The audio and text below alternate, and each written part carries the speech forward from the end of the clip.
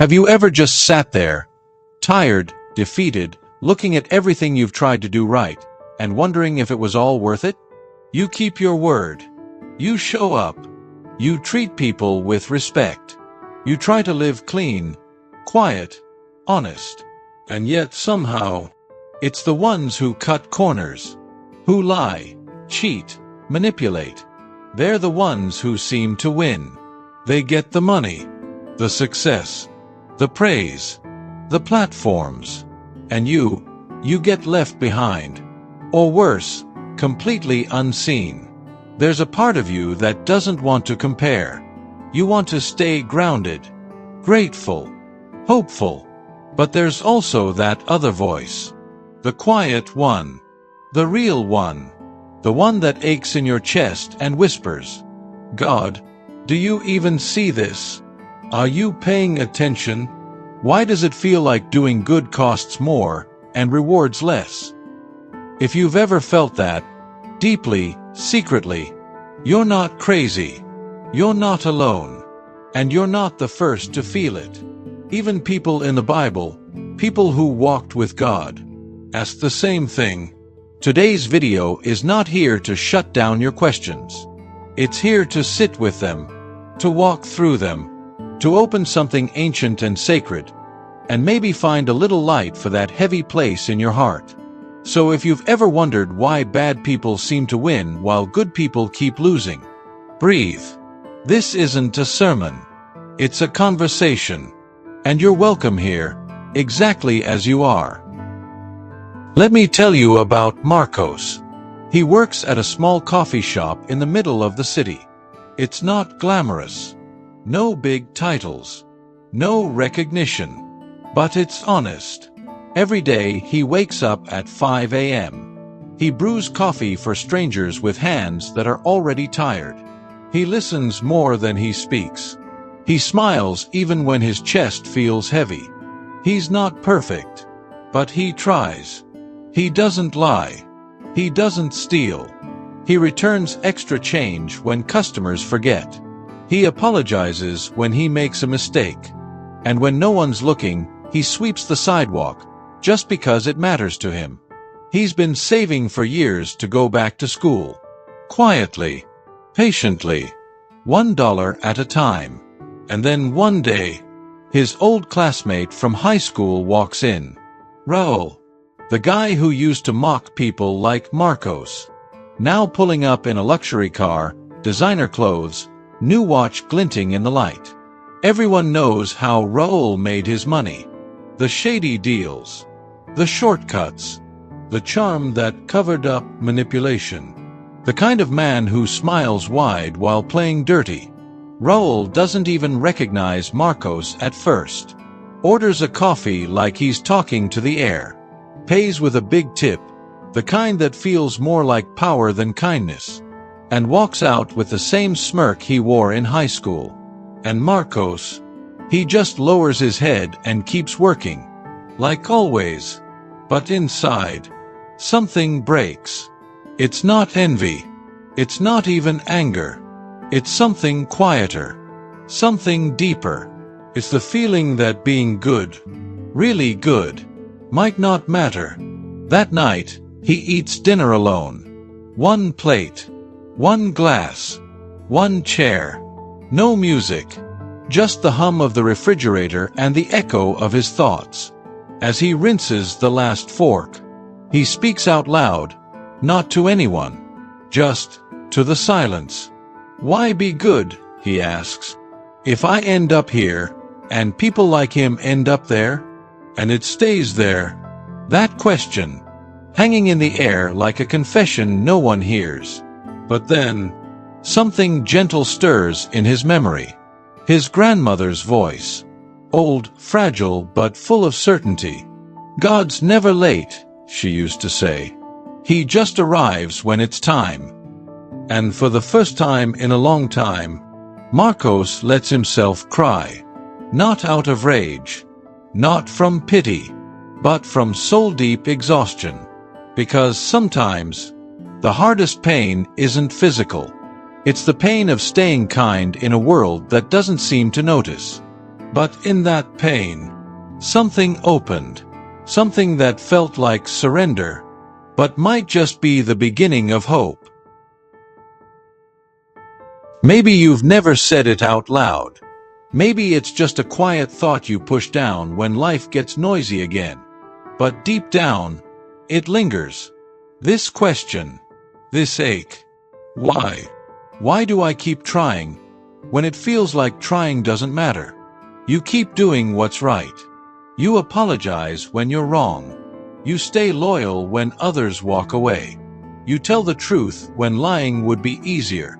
You show up when no one else does. And yet, sometimes, it still feels like you're losing. And then you see someone else. Someone who's cut corners, manipulated, twisted the truth, stepped on others. And they're thriving. Their life looks full. Yours feels stuck. You try not to feel bitter. You try to stay grateful.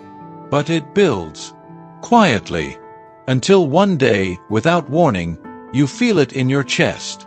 That ache of, what's the point? And even though you love God, even though you still pray, a small, unsettling question crawls its way in. God, do you care? Are you watching? Is my obedience invisible? And if you've ever felt that, truly, I need you to hear me right now. You are not broken for feeling this. You're not a bad Christian. You're not weak in faith. You're human. And more than that, you're honest. Because real faith doesn't mean never struggling. Real faith means being honest with your pain and still showing up. And here's the thing that not enough people say. God can handle your honesty. He isn't shocked by your disappointment. He doesn't withdraw when you ask hard questions. In fact, some of the greatest people in the Bible, prophets, kings, poets, cried out to God with deep pain and frustration. Not politely, not neatly, but with trembling voices and tear-stained prayers. Think about that. God, the creator of everything, allowed their doubts and laments to be written down, preserved, sacred. He didn't edit their grief. He didn't mute their anger. He made space for it, because his love is not fragile, and your doubt is not dangerous to him. That's what makes the Bible so human. It's not a book full of perfect people doing perfect things. It's full of broken people trying to make sense of a broken world, while still holding on to something greater. And that's where we are today. Right here, in this sacred tension between what we believe and what we feel. So let's not rush past it. Let's not slap a Bible verse on the wound and pretend it's healed. Let's sit in it. Let's breathe in it. And let's invite God into it, not to fix everything in a flash, but to be with us in the pain. Because more often than not, God's first response to our suffering isn't an explanation. It's presence. He's not avoiding you. He's sitting with you. And now, gently, without pressure, we open the Bible. Not to study like a scholar. Not to recite verses like a checklist. We open it like someone opening a letter from a friend they desperately miss. Like someone holding on to the hope that maybe, just maybe, there's something in those words that was written for them. So if you're still here, still listening, you don't have to understand everything right now. You just have to stay open. Let's go there. Together. Not to find the answer, but maybe to feel a little less alone. The Bible doesn't shy away from our hardest questions. It doesn't pretend the world is always fair. In fact, it often starts with the same cry that lives inside us. This isn't right. Why does it look like the wicked win? And that's not just you thinking that. In Ecclesiastes 8 verse 4, the writer, someone who's seen a lot of life, says, "There is something else meaningless that occurs on earth, the righteous who get what the wicked deserve, and the wicked who get what the righteous deserve." Let that sink in. That's the Bible, calling out the same injustice that you and I wrestle with. Not sugar-coated. not wrapped in a spiritual bow, just named. Because sometimes, naming the pain is the first step to healing it. And in Habakkuk 1:13, we see a prophet, a man of God, literally crying out, "Why do you tolerate those who deal treacherously? Why are you silent when the wicked swallow up those more righteous than they are?" He didn't whisper it. He didn't dress it up with polite words. He just said it. Like someone who's done everything right and still got crushed by the weight of the world. And what did God do? He didn't rebuke him. He didn't say, "How dare you question me?" He answered, not with a formula, not with a promise that everything would be fixed by tomorrow, but with his presence. Because God doesn't always silence the storm, but he never leaves us alone in it. And here's what you need to know.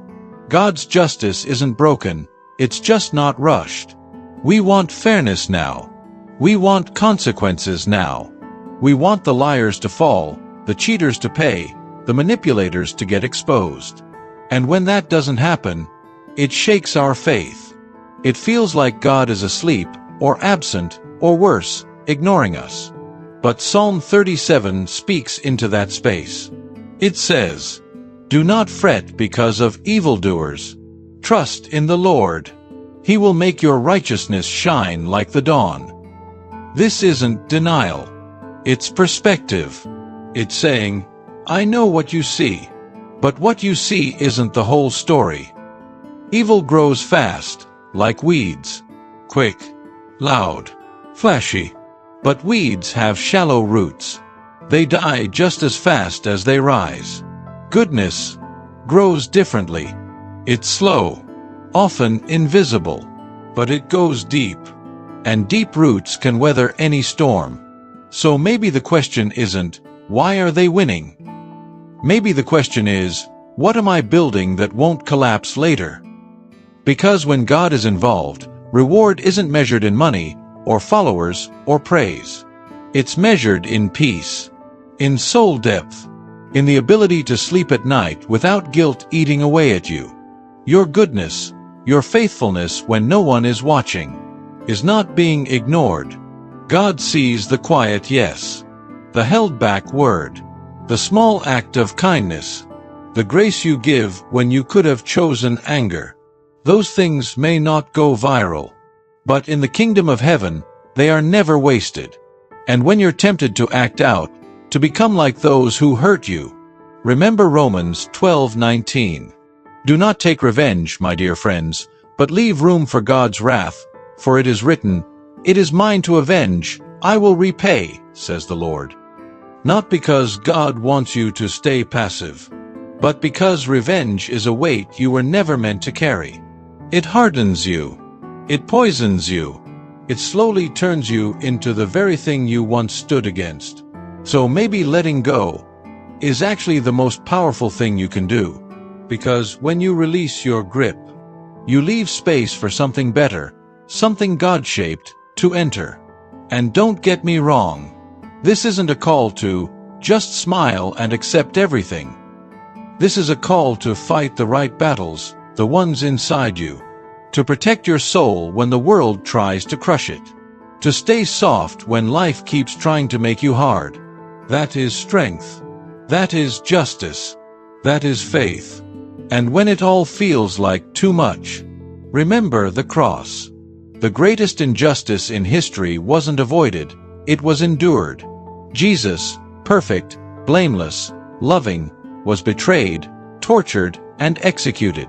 And yet, even in that darkness, God wasn't absent. He was right there, transforming suffering into redemption. Because the story doesn't end in death. It ends in resurrection. And if God didn't let injustice win then, He won't let it win now. Hold on. He sees you. He's still writing your story. And what He writes doesn't end in defeat. So breathe. You're not losing just because others seem to be winning. You're growing differently. Quietly. You are not weak for being good. You are brave. Keep planting those seeds. Even if it's hard. Even if no one notices. Because your life isn't over. And the good you've done hasn't been wasted. Maybe today you didn't get an answer.